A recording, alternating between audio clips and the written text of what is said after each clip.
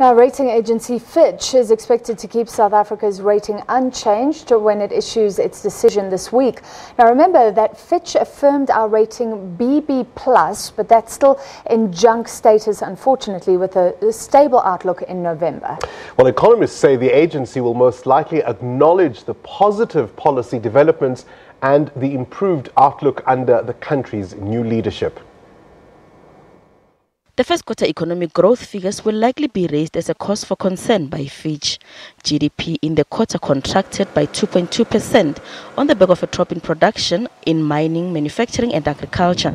Ideally, the economy should grow faster than the population growth by at least 2%, and there should be investments that would create jobs to boost government finances. The land expropriation without compensation debate is also expected to be highlighted, but economists believe ratings will remain unchanged.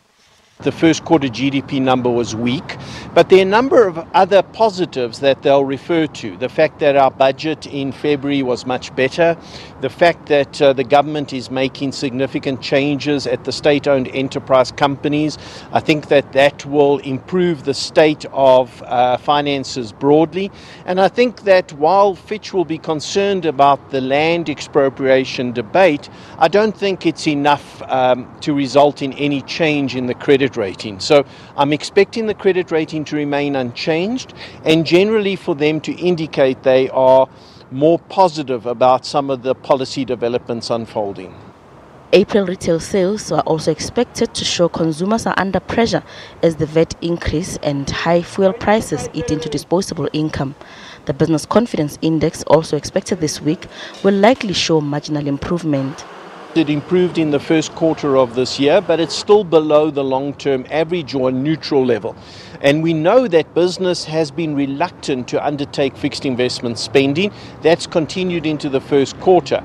We are expecting that business confidence will edge higher, and we do anticipate that businesses will slowly start to spend a little bit more.